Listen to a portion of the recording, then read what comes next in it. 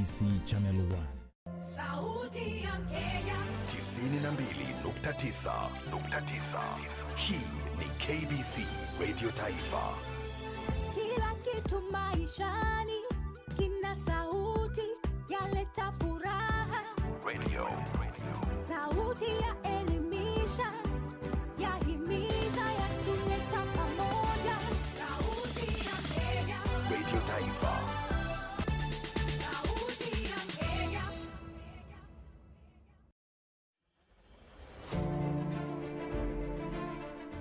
Coronavirus disease is now spreading within counties in Kenya, from person to person through contact with droplets when an infected person speaks, coughs or sneezes, or through touching contaminated surfaces and objects. Anybody with a weakened body immunity has a greater risk of contracting coronavirus disease. People living with pre-existing medical conditions such as HIV, cancer, TB, diabetes among others must adhere to their treatment to strengthen immunity and therefore should ensure they have a constant supply of necessary medicines. Contact your clinic or health facility for information on how to access treatment. Help others within your network to access adequate supply of essential medicines. Ensure that you remain connected with your local networks for any support and follow the medical guidelines provided by your health facility to prevent coronavirus. Remember to stay updated with information on coronavirus using only trusted reliable channels.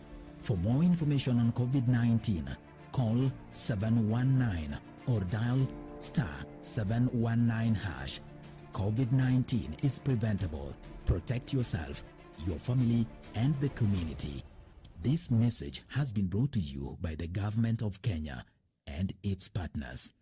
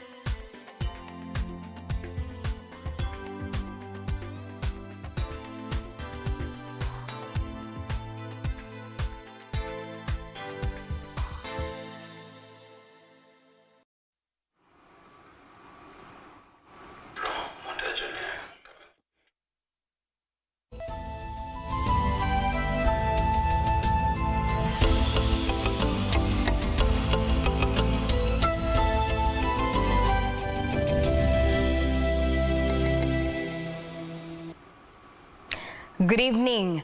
Welcome to Channel 1 News Hour. I trust you've had a lovely day. Well, so glad you could join us as we take a look at news-making headlines across the country.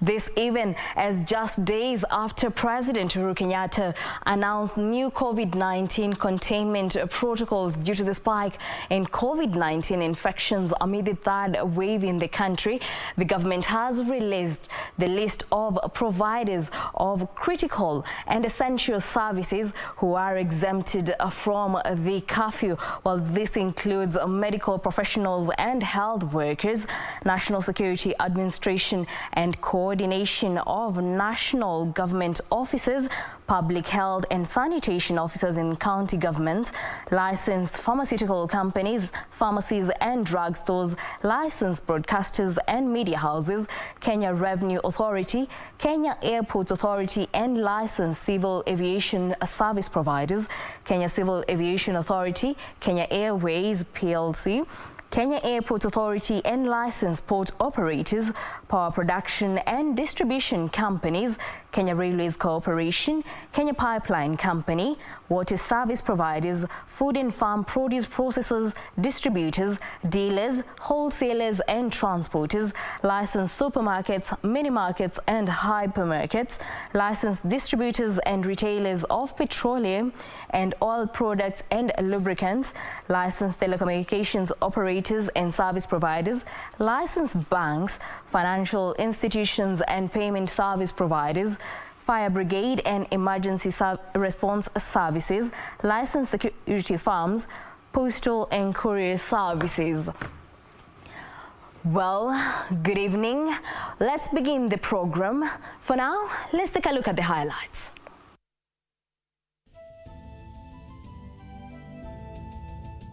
We've recommended that those that have submitted dossier to WHO, like the Sputnik had, and it is still undergoing reviews, can be allowed to bring in the vaccine.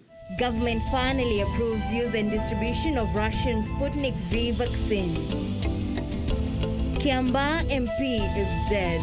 Kiambu loses yet another member of parliament, with leaders mourning Paul Koinange as a dependable leader. Insurance companies will compensate you in case of an accident during curfew. And settling down to reg. Tanzanian President Samia Suluhu reshuffles cabinet as Dr. Philip Mpango is sworn in as Vice President.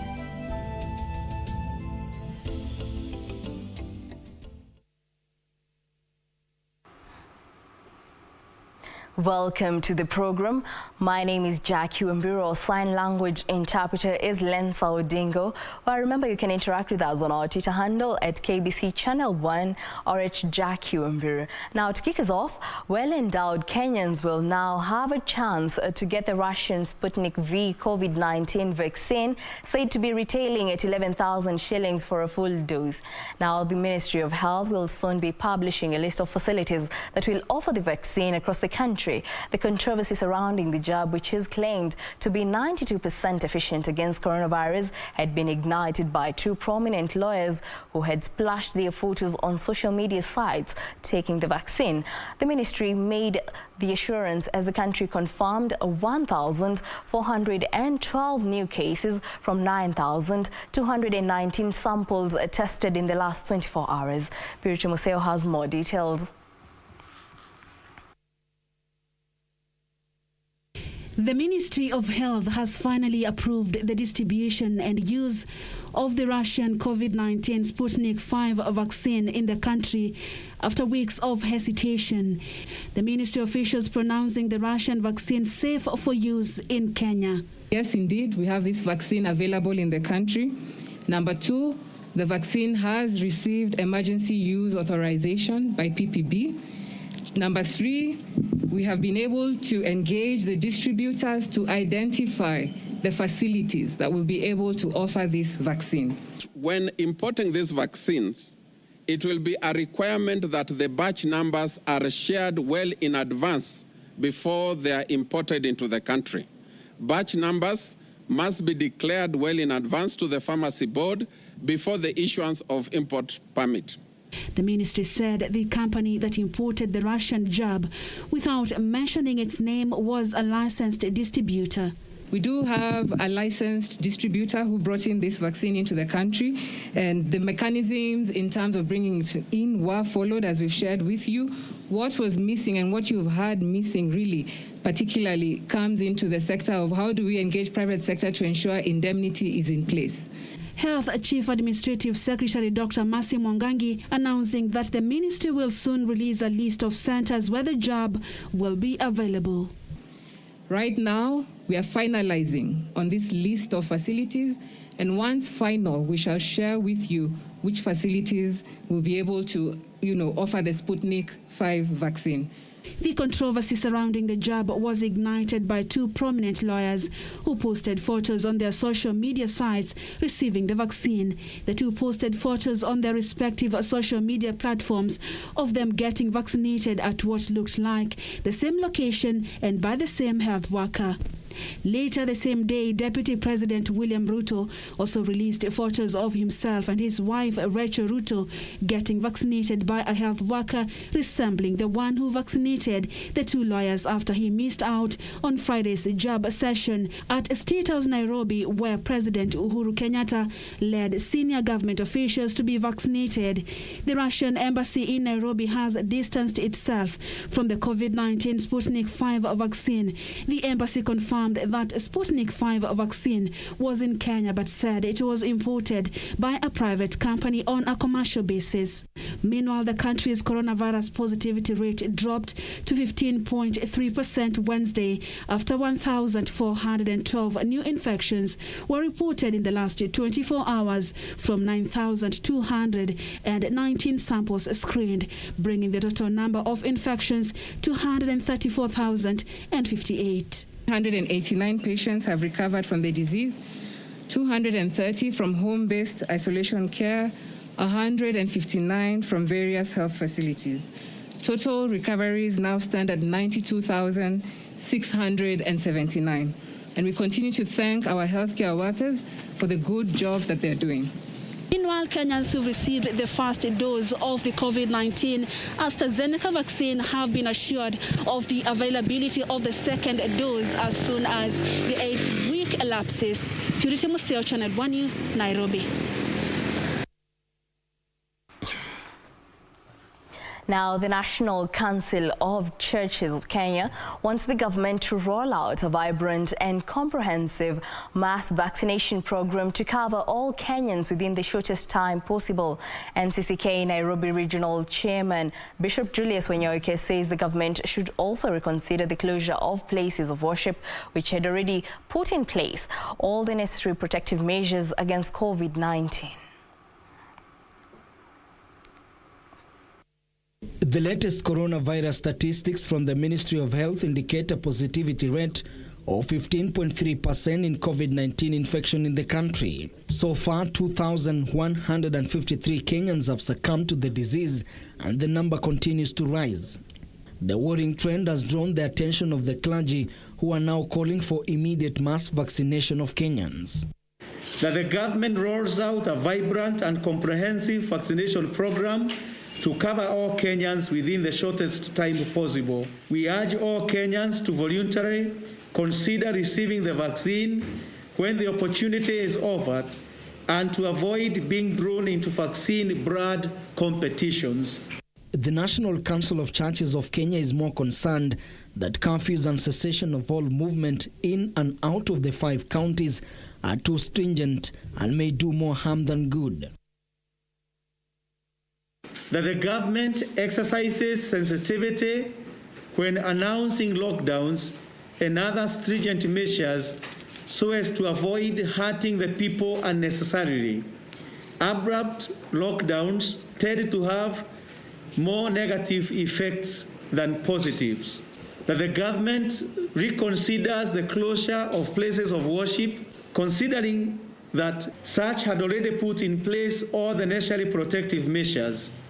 The clergy spoke as Northeastern Regional Commissioner Nicodemus Ndalana urged area residents to take the COVID-19 vaccine in the renewed fight against the third wave of the pandemic. Ndalana, who was speaking in Garissa, issued a stern warning against places of worship and eateries flouting COVID-19 prevention measures, saying they will be shut down and their licenses withdrawn. Tuna Wakristo hapa ambayo wanaweza kuwa na plani kucelebrate Easter holidays. Zile zinaanzia Ijumaa. Mujue maneno ni tofauti. Hatuwezi celebrate the way we used to celebrate before. Lazima saa hii tukicelebrate tujue lazima tutimize mipangilio ile imewekwa ya serikali. In Mwingi, residents have also been urged to turn up and get COVID-19 vaccine at the Mwingi Level 4 hospital. According to the hospital, only 192 people have turned up for immunization since the exercise kicked off on 22nd March 2021. The facility, which is the main vaccination center in Kitui, received 1,000 doses for the first phase. Leo nimepata chanjo, haina maumivu kidungwa, na ni 30 minutes tangu nipate na sisikii chochote. Ben Chumba, reporting for Channel 1 News. In other news, pedestrians forced to use the Likoni floating bridge as part of measures introduced by the county government of Mombasa COVID-19 Emergency Response Committee to curb the spread of the virus have termed the directive as punitive. The committees say trekking for long distance from their homes is not only tiresome but also inconvenient. This is the Likoni floating bridge. A mammoth crowd of furious commuters lamenting what they term as punitive measures to reduce congestion at the ferry crossing. Security personnel deployed to enforce the directive unmoved, even as pedestrians decry the long distance to the bridge. Leo tumetatizika sana. Kama mtu kama mimi mwenye hujawahi pitia na bridge, unafika unatembea ujui unapanda wapi magari ya kwenda kazini. Sasa inakuwa changamoto, watu wanachelewa kazini, magari yamejaa, ujui upande wapi. Tungeomba serikali watuwekee wale watu wavuke na kule. Hao watu ambao wataona ni easier for them kuvukia upande wa huku wavuke huku, lakini wasilazimishe watu wote wakavuke na huku, maana kuna watu wanatoka mbali na hata wengine saizi hapo katikati wamecollapse. The committers are asking the Mombasa County COVID-19 Emergency Response Committee to relook the directive. Kama ni uwezo wenye wanatoka pande ile wanafanya pande ile, wangekubali kutoa option kwamba kwenye wako pande hii wapite bridge na wenye wanaishi pande ile, kama kuna ugumu pia tutumie hizo njia zote mbili. But even as pedestrians appear inconvenienced, matatu operators termed the directive a blessing in disguise as their terminus from Likoni to Liwatoni is unchanged. Hapa tunaona ni afadhali sababu pale feri mpaka ungoje feri toke ngambo ile ije. Sasa hapa tunaona ni afadhali, maana ukija ni kubeba na kwenda. Hapa ni sawa. Meanwhile, Coast Regional Commissioner John Elungata has welcomed the decision to open up the 1.9 billion shillings Likoni pedestrian floating bridge for use. This bridge was a cure for the crowding on the ferry. We can't have it there and people are still crowding and talking about COVID-19. So we're going to ensure that people use the bridge more. We already are completing the terminals, matatu terminals on both sides of the bridge. Lighting has been enhanced on the bridge itself.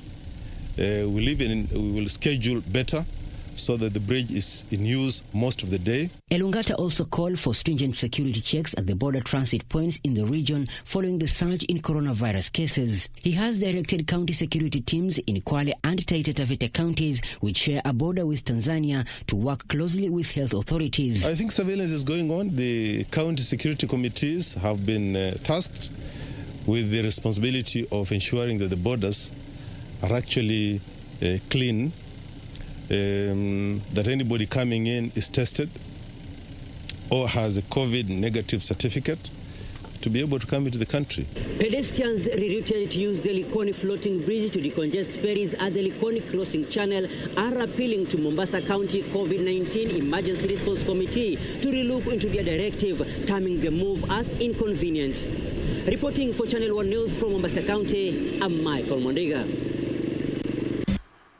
Now, leaders have eulogized the late KIAMBAA Member of Parliament Paul Koinange as a diligent and committed lawmaker who did everything to better the lives of those he represented. President Kenyatta described Koinange as a supporter of peace, stability and progress in the country. Members who served with him at the National Assembly Committee on National Administration and Security, where he was the chairperson, described the late legislator as a dedicated man who was determined to see a police service that is reformed. While leading the country in mourning the late KIAMBAA Member of Parliament, President Uhuru Kenyatta, in his message of condolence, said the late Koinange will be remembered for advancing legislation and policy interventions that sought to create a peaceful, stable and tranquil nation. Deputy President William Ruto eulogized the late MP as a progressive and selfless politician whose exceptional servant leadership will be missed. Interior Cabinet Secretary Dr. Fred Matiang'i also mourned the death of Koinange, describing him as a father figure and great model of a Christian leader. ODM leader Raila Odinga, in his eulogy, described the late KIAMBAA Member of Parliament as a diligent and dependable leader whose undivided focus was the unity, stability and progress of the country, which he served with distinction in the Security Committee of the National Assembly. Members of the National Administration and Security Committee in the National Assembly, which he chaired, described him as one exceptional leader. Koinange is one of those MPs who believed in talking very little, but delivering so much. He's a humble human being. God has removed a flower from our garden. Vile vile tunasema there is a whole library that understands this country that has fallen today. Led by committee's deputy chairperson, Wajir Women Representative Fatuma Gedi, the members say the late MP had made immense contribution to the improvement of the welfare of police officers and security sector at large. Honorable Koinange spent many days visiting all the police stations in our counties just to see what the problem or the issues were that were making our police force probably not perform to the best of their ability. He has passed on before we have finalized the report that we are compiling, which will have weighty issues that will require fundamental change in the administration and national security. The issue of psychosocial issues facing the police in Kenya, that is his brainchild, and we have engaged psychologists. Kama kuna kitu moja tu leo alikuwa anataka na anafurahia ni kuona kwamba BBI bill imepita, tumeenda referendum, wa Kenya wamekuwa pamoja na tuko na nchi moja. Haja yake ilikuwa ni kazi, haja yake ilikuwa ni huduma nzuri kwa watu wa KIAMBAA constituency na Wakenya kwa jumla in terms of security. Mheshimiwa tunayemkumbuka kwa kuwa na upendo na kupenda watu wake. Ila kijiji kiko na mixed secondary schools ambazo Koinange mwenyewe ametengeneza. Kamchemenza for Channel 1 News. Well, may he rest in peace. Now, on that note, we'll take a short break. But before we take that break, let's take a look at comments coming in from our Facebook page, whereby Solomon Namale, you say you are watching from Naivasha, Kehoto. Joshua Onsongo, you say you are watching from Nyamira County. Martin Odera, you say you are watching from Mombasa County. Daisy Terror, you are watching from Kakamega. Well, thank you for keeping us company here on KBC Channel 1. Let's take that break. We'll be right back.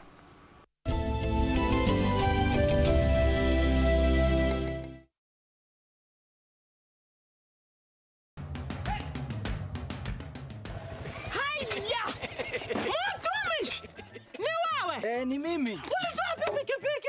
Mulitani sitaomoka. Ni yako. Hii nduti ni yangu. Niliwahi pale QuickBit. QuickBit? QuickBit imekuja kusaidia wananchi kama sisi. Nilinunua 399 shillings. Juu nilikuwa the lowest unique bidder. 399 shillings. QuickBit shilingi moja unaweza nunua pizza. Shilingi mbili unaweza nunua microwave. Shilingi tano unaweza nunua hata gari. So tupeleke huko hata. Mtu aende huko. Jiunga na QuickBit ni rahisi. Enda kwenye M-Pesa, bonyeza paybill kisha weka business number 4032353. Kwenye account weka kodi ya bidhaa unayotaka na bidi yako ya chini zaidi. Kwa mfano TV 16, kisha weka shilingi 20 tu kama idadi yako. Weka bidi yako pia kwenye www.quickbit.co.ke. Kumbuka, bidi ya chini zaidi ya kipekee ndio ununua. QuickBit, bidhaa bora kwa bei ya chini. Ili kupata skiza tune hii ya jitume mwenyewe kwa simu yako, bonyeza *811*963#.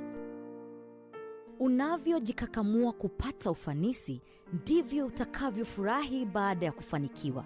Usisubiri kusukumwa na mtu, jitume mwenyewe. Ili kupata skiza tune hii, bonyeza *811*963#. *811*963#. On the next episode of Tukakuona wa maana kumbeni umbea. Hizo sura nikiziangalia hivi yani nazifananisha lakini asiingiani vizuri bado. Kwani Sudi, unafika kwa ishi wapi? Mishomoroni. Wamtaka? Na nimtake nipeleke wapi? Penda nawe. Ama kweli wewe umefanya kutumwa na Sudi, si ndio?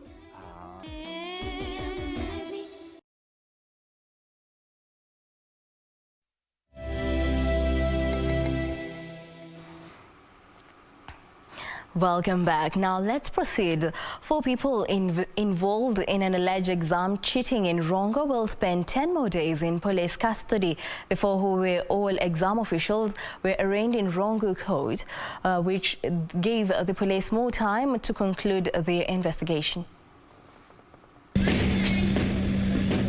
The 4 Francis Accord, an exam center manager, Job Mamai, a supervisor, Florence Auma and George Magambo, both invigilators, appeared before a Rongo court charged with attempting to tamper with the ongoing KCSE exams. Rongo resident magistrate Raymond Langat ruled that the 4 be remanded for 10 days up to 9th April to allow police finish their investigations. With the school, yes.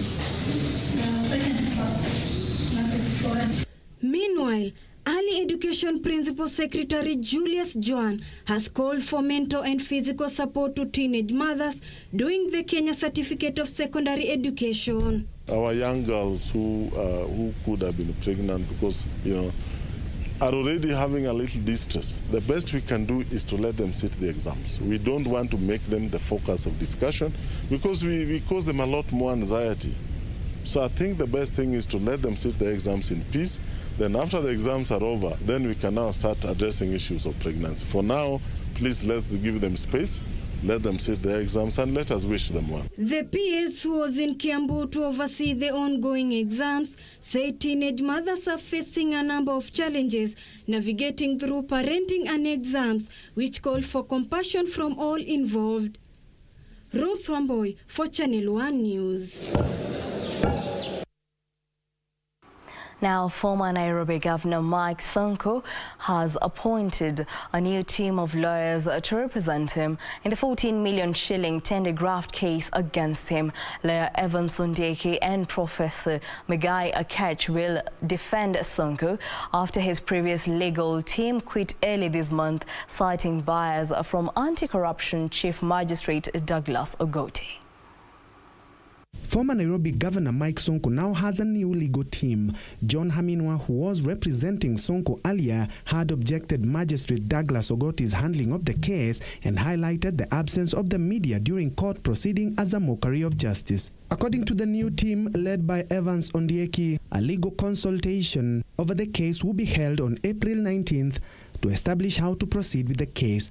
Sonko was expected to show up in court in person on Monday, March 29, for the hearing of his case, but that did not happen after the judiciary suspended in-person court proceedings due to a surge in COVID-19 cases in the country. Elsewhere, 2 senior General Service Unit officers have denied theft and assault allegations leveled against their junior officers in a case where GSU officers are accused of assaulting suspects and stealing 1.2 million shillings and 2.57 kilograms of gold in their possession in Isibania Town, Migori County. Assistant Superintendent of Police Robert Kirui and Inspector Zachary Ojwang admitted they were present at the scene of crime but denied the assault allegations.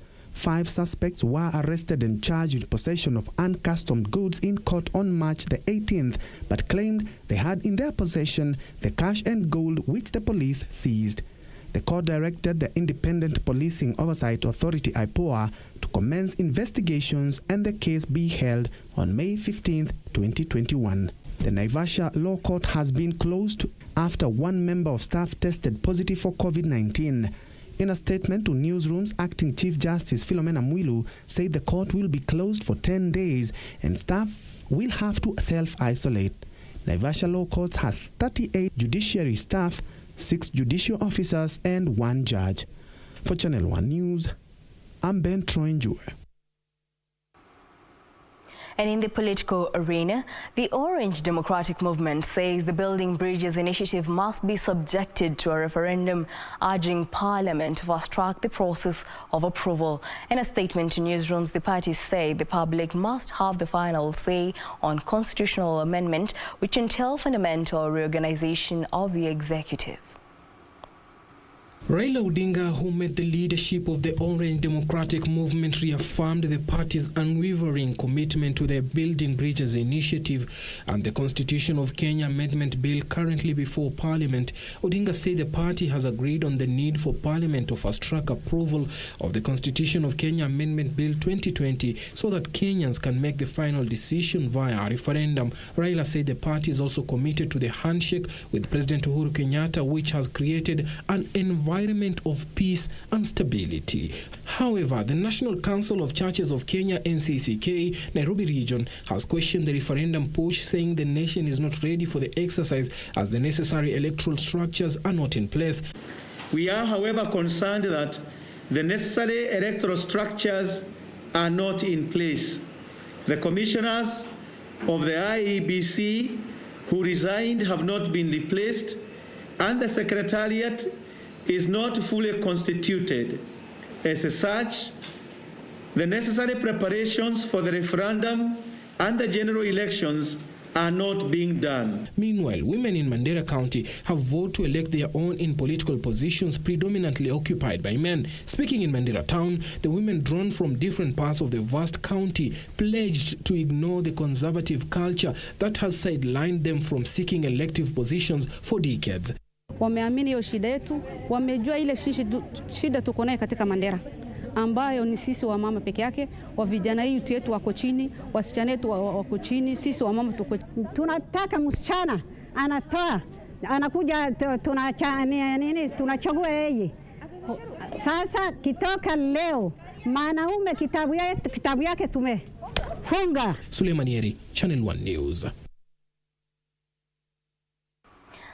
Now, Tanzanian President Samia Suluhu Hassan has reshuffled her cabinet.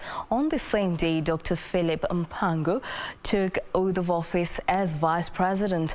Among those moved is MIGORI Nchemba, who was the Minister for Justice and Constitutional Affairs and now becomes the Minister for Finance, a position previously held by Dr. Mpango. The reshuffle of the Tanzanian cabinet has seen the entry of some new faces, with the most notable being the nomination of Liberata Mulamula as Member of Parliament and Foreign Affairs Minister to replace Professor Palamagamba Kabudi, who now takes over the Ministry of Justice and Constitutional Affairs. MIGORI Nchemba, who was the Minister for Justice and Constitutional Affairs, now becomes the Minister for Finance, a docket that was left vacant after Dr. Philip Isdor Mpango was appointed Vice President. President Samia Suluhu Hassan has also named Umi Ali Mwalimu Minister in the office of the President. She was the Minister of State in the Vice President's office at the same time CCM General Secretary Bashiru Ali was dropped as Chief Secretary and replaced by Tanzania's Ambassador to Japan Hussein Yahya Katanga. Meanwhile, Dr. Philip Isdor Mpango has been sworn in as Vice President at State House Chamwino, Dodoma. Mimi Philip Isdor Mpango naapa kwamba nitakuwa mwaminifu kwa Jamhuri ya Muungano wa Tanzania. The development coming a day after Parliament approved his nomination by President Samia. Mwenyezi Mungu nisaidie.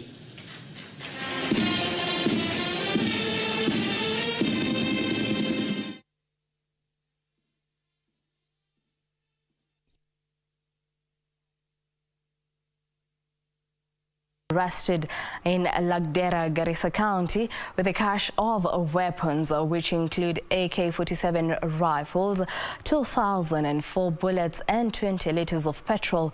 Elsewhere, holders of illegal firearms in Isiolo, Meru, Samburu and Marsabit counties have been ordered to surrender them willingly to government authorities or risk facing a forceful disarmament exercise.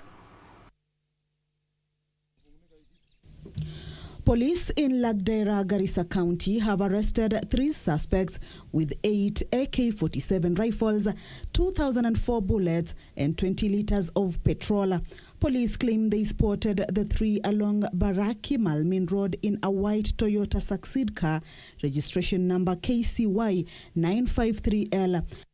Na liposachi hiyo gari ndio wakapata hizi punduki. Ni punduki 8. Zote ni aina ya AK-47 wale mnaweza ona, na iko na magazini zake 8 na kulikuwa na risasi 2004. Northeastern Regional Commissioner Nicodemus Ndalana said investigations are underway to unmask where the suspects were coming from and their intentions with the weapons. Zingine ukiangalia kama hii nimeshika, hii inatumiwa na SNA. Sisi hatutumii. SNA ni ya Somalia, jeshi ya Somalia ndio wanatumia hizi punduki. Hii aina hii hatuna hapa Kenya. He praised the police and a multi-agency team from nearby security stations in Mogodashe, Afueni and Malmen for acting swiftly. Meanwhile, holders of illegal firearms in Isiolo, Meru, Samburu and Marsabit counties have been ordered to surrender them willingly to government authorities. Kisheria, wale ambao wameruhusiwa kuwa na bunduki tu ni maafisa wa serikali, polisi ama usalama, lakini mwananchi ni sababu gani anatembea na bunduki? Na hizo bunduki anakeuka na kuua mwenzake. Speaking in Isiolo County after chairing a series of meetings with the county security teams, civil society organizations and elders from the 4 counties, Eastern Regional Commissioner Isaiah Nakoru claimed illegal firearms in civilian hands, especially among the pastoralist communities in the 4 counties, are the biggest threat to peace in the region. Tuko na askari ya kutosha. Wakati huu wananchi hawana sababu ya kuwa na bunduki haramu, kwa sababu tuko na maafisa wa kutosha kila mahali. And finally, in Thika, KIAMBAA County, police are investigating the death of 2 university students whose bodies were found in Aroma. According to the neighbors, the man could have killed his girlfriend before he hanged himself. Jumapili tulikuwa na jioni, so jana ndo hawakufungua mlango, unaona, na ilikuwa asubuhi, so hatungejua, tukadhani maybe wamelala bado. Wao wanakigombana hata siku moja, ndio wanatokanga nje, wanafua nguo pamoja, wanaishi pamoja kama bibi na bwana, hata usiku wanapika pamoja hivi, hata wanakuja kutembelea hata kwetu, sometimes wanakuja hapa kwetu, tunakaa tunashare.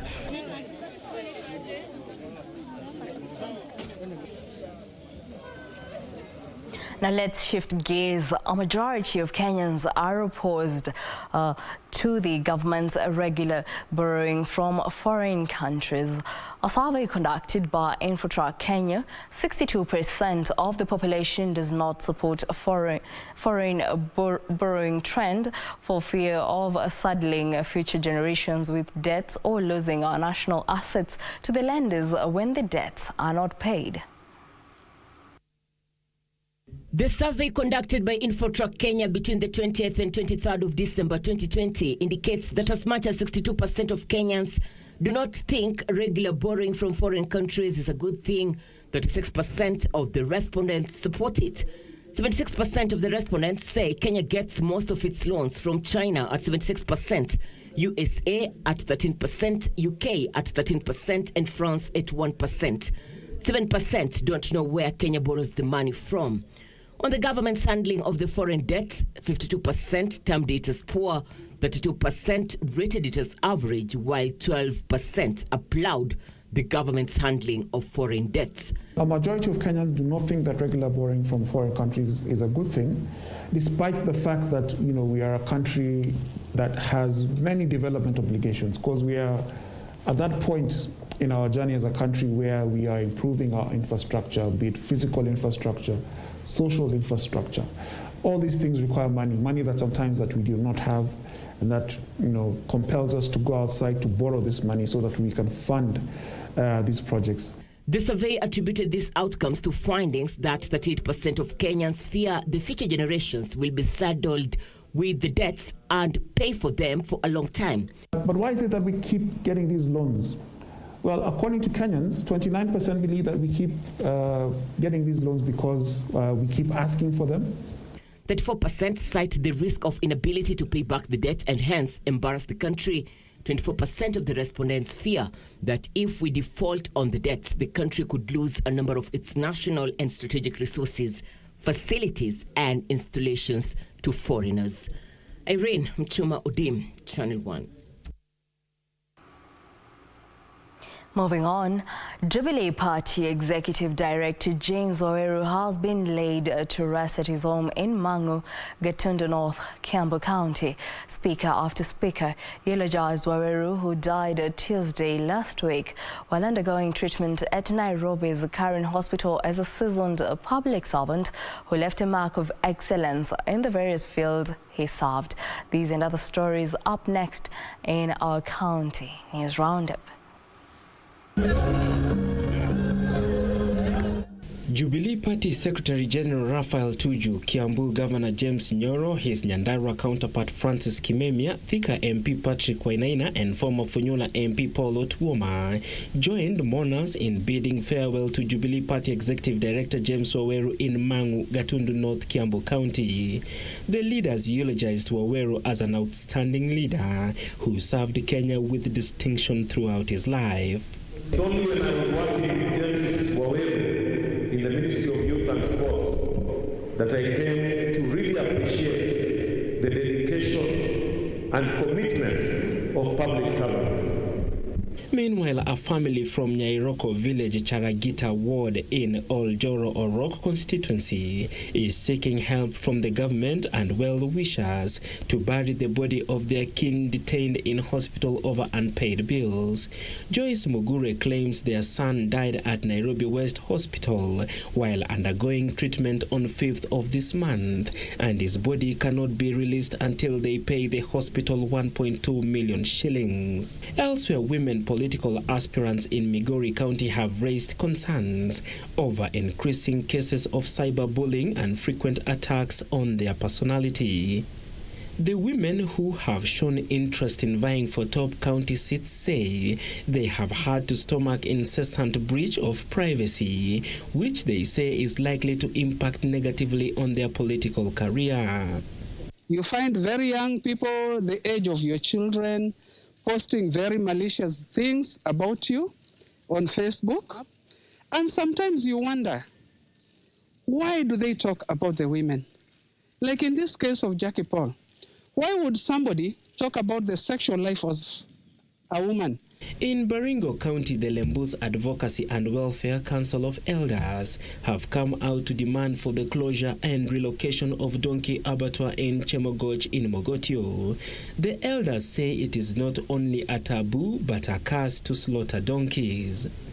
Viongozi na wananchi kwa ujumla wa Lembus community wamesema kwamba wametoa mwito kwamba hii biashara ikaweze kukomeshwa na ukaweze kukomeshwa kikamilifu.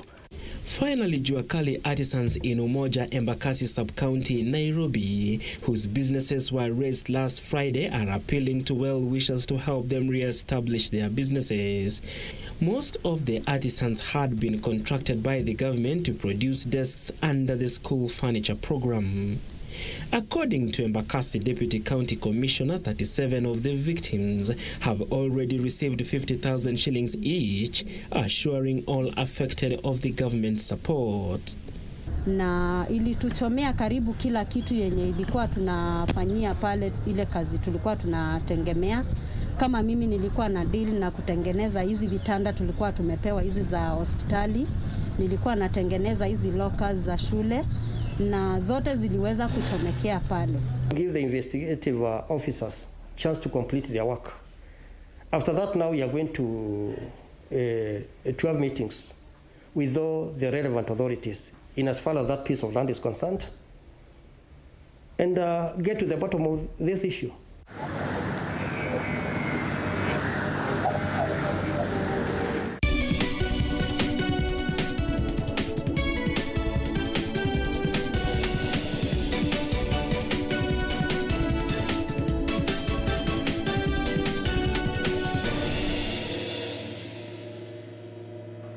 Now let's talk business.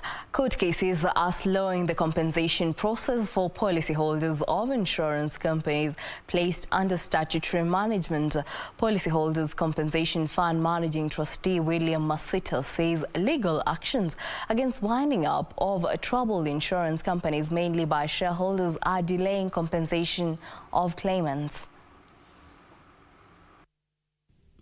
The Kenya Professional Insurance Agents released communications suggesting that insurance claims would be unacceptable if one is involved in an accident when driving past curfew hours without a permit. This has been dismissed by the insurance regulator, with the Insurance Regulatory Authority CEO Godfrey Kiptum saying it is incorrect. Nobody can exclude coverage because you are driving past curfew hours. Kiptum says as per approved and standardized motor insurance policy documents, driving past and during curfew hours is not an exclusion in the current covers. I want to set the record straight that insurance cover is provided on a 24-hour basis, 5 days in a year, so long as you have a valid contract with your insurance company. IRA further clarifies it has not received any request to vary the terms and conditions of motor vehicle insurance to include curfew requirements. No one has made any application to change in the wake of COVID-19 measures, starting last year in March 2020 to date.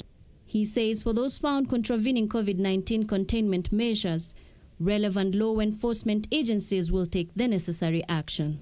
It's also important to also inform citizens that they need to obey government directives on capping COVID-19, and measures have been put in place by government, and we want to encourage everybody to obey those laws. The regulator says of the 56 licensed insurance companies in Kenya, over 40 of them have complied with the new risk-based capital requirements, whose deadline was end of December last year.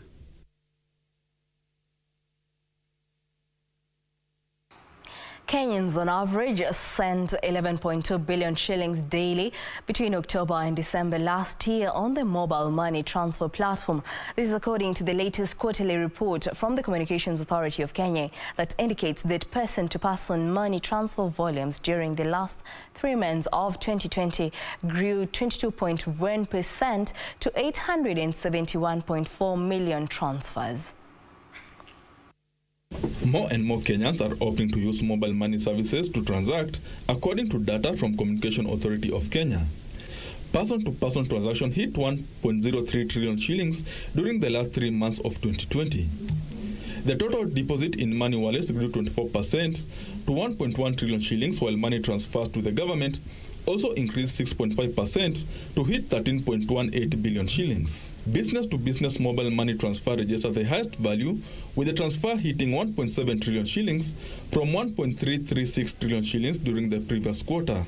The number of active mobile subscribers as at 31st December 2020 stood at 61.4 million, representing an increase of 2.6% from the preceding quarter. Subsequently, mobile phone penetration grew by 3.3 percentage points to stand at 129.1% as at end of 2020. The total local mobile voice traffic grew by 8.2% to 19.7 billion minutes, which has been attributed to promotions by telecos aimed at availing new subscribers with attractive voice and data bundle offers. This comprised of 43.8 million wireless subscriptions and 572,000 fixed subscriptions. Subscribers with a speed range of 2 Mbps to 10 Mbps recorded the highest subscription share of 57.3%, whereas subscribers of the range speed of at least 100 Mbps recorded the least percentage share of 0.4% of the total fixed subscriptions.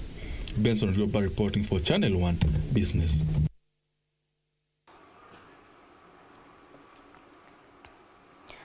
In a separate matter, at least 75% of hotel bookings for Easter in the Masai Mara were cancelled immediately after the government announced restricted movement in 5 counties. Narok Governor Samuel Oletunai says the latest movement restrictions in parts of the country has come at a time when tourists were starting to flock into Kenya for the Easter holiday.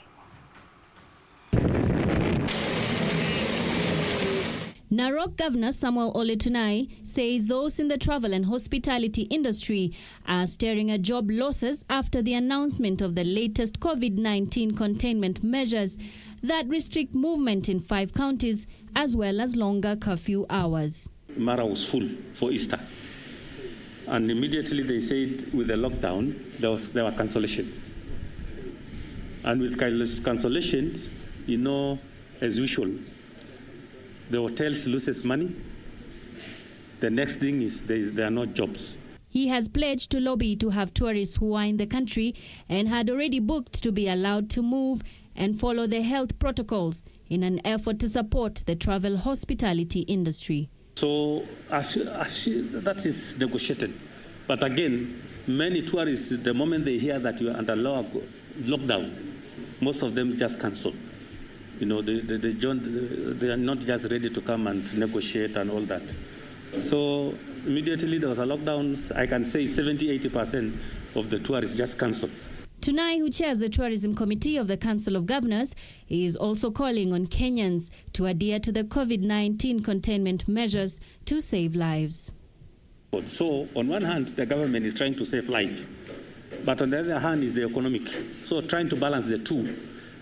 The government looks at life. That's what you try to save.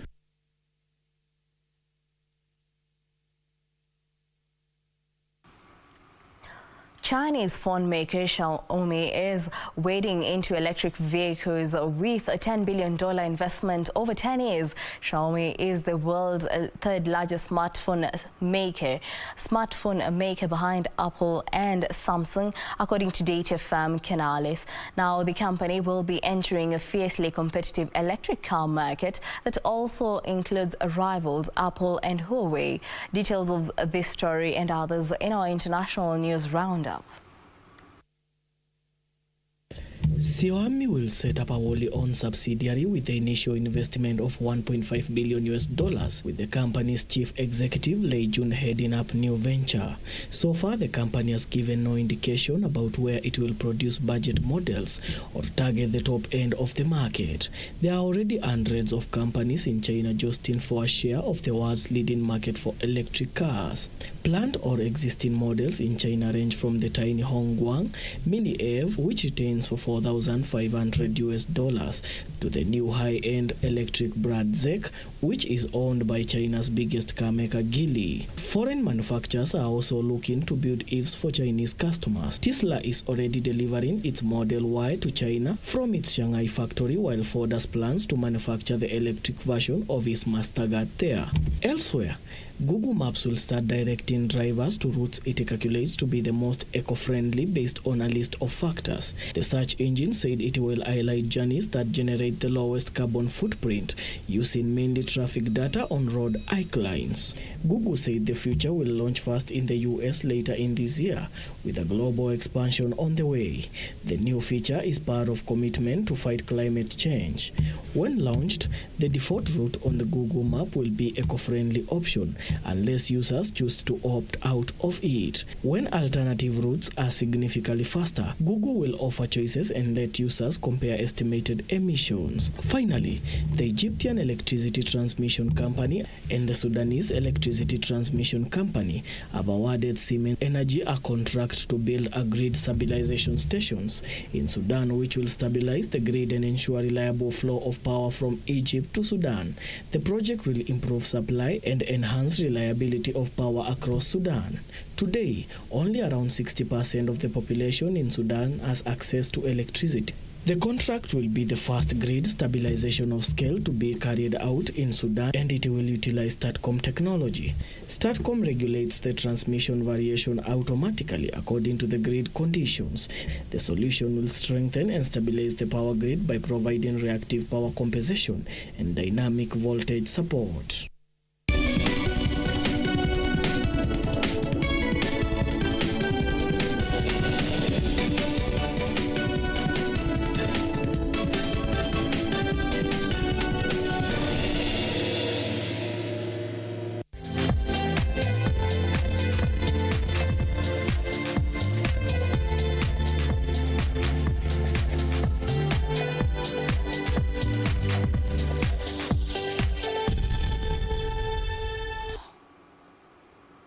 And in the sports arena, ELDORET City Marathon, which was scheduled to be held on the 11th of next month, has been postponed indefinitely due to the coronavirus pandemic. Uasin Gishu Governor Jackson Mandago said the race will take place as soon as the sporting events in the country are given the green light. Race Director Moses Tanui said athletes who have registered will not need to register again once a new date is set for the annual event. Over 300 athletes had already registered by Friday last last week when President Uhuru Kenyatta issued a directive suspending all public gatherings and sporting activities in the country due to surging cases of coronavirus in the country. I'm urging the government that if they can do to help the athletes, because I know this is a very hard time for the athletes, especially when they were waiting for this marathon, which we have good sponsors and good money for them. But unfortunately, you cannot go also against the disease. And for sure, if the government has advised us to have caution and make sure that the race is we put aside for a short period, then we will do that.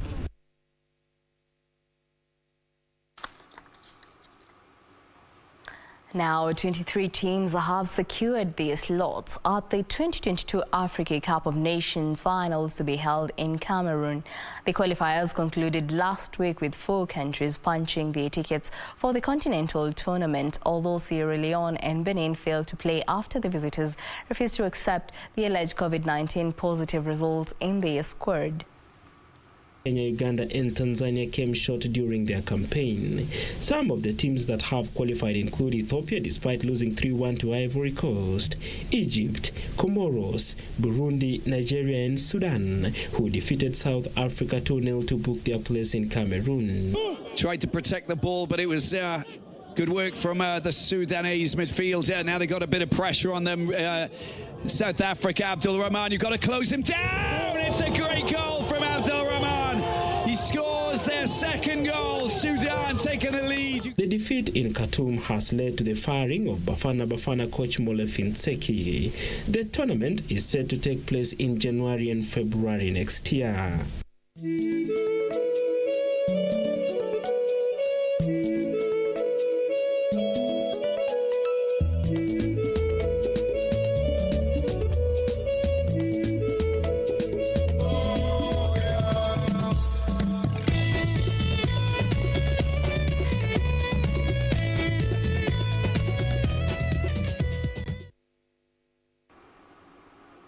Chelsea midfielder Mason Mount is in line to start for England for the 8th game in a row after shaking off an injury ahead of tonight's World Cup qualifier match against Poland.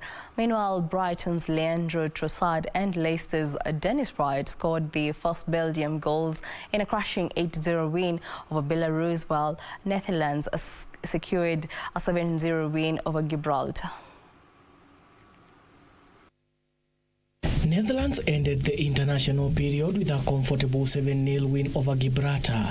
In an earlier interview on Monday, Netherlands head coach Frank de Boer had said that at least 5 goals were needed against Gibraltar, with the head coach naming the same 11 that defeated Latvia on Saturday.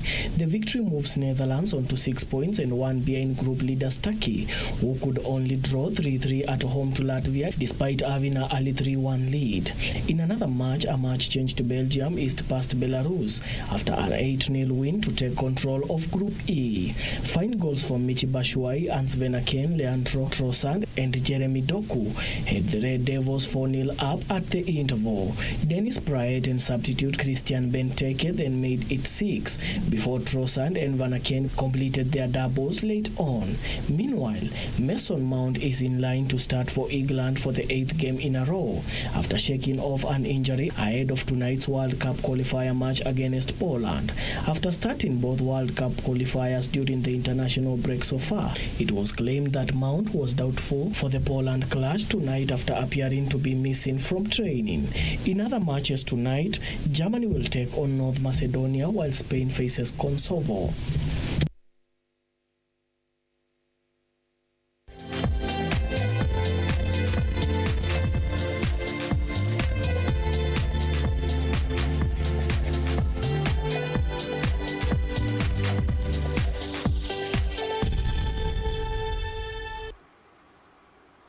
Well, that brings us to the end of our bulletin tonight. Thank you for keeping it KBC Channel 1. Well, my name is Jackie Wimbiro. Sign language interpreter has been Lensa Odingo. Up next is Irene Muchuma with the weather updates. Then after that, it is The Rave, where you get the best mix of music of reggae right here on KBC Channel 1. Well, have a lovely night.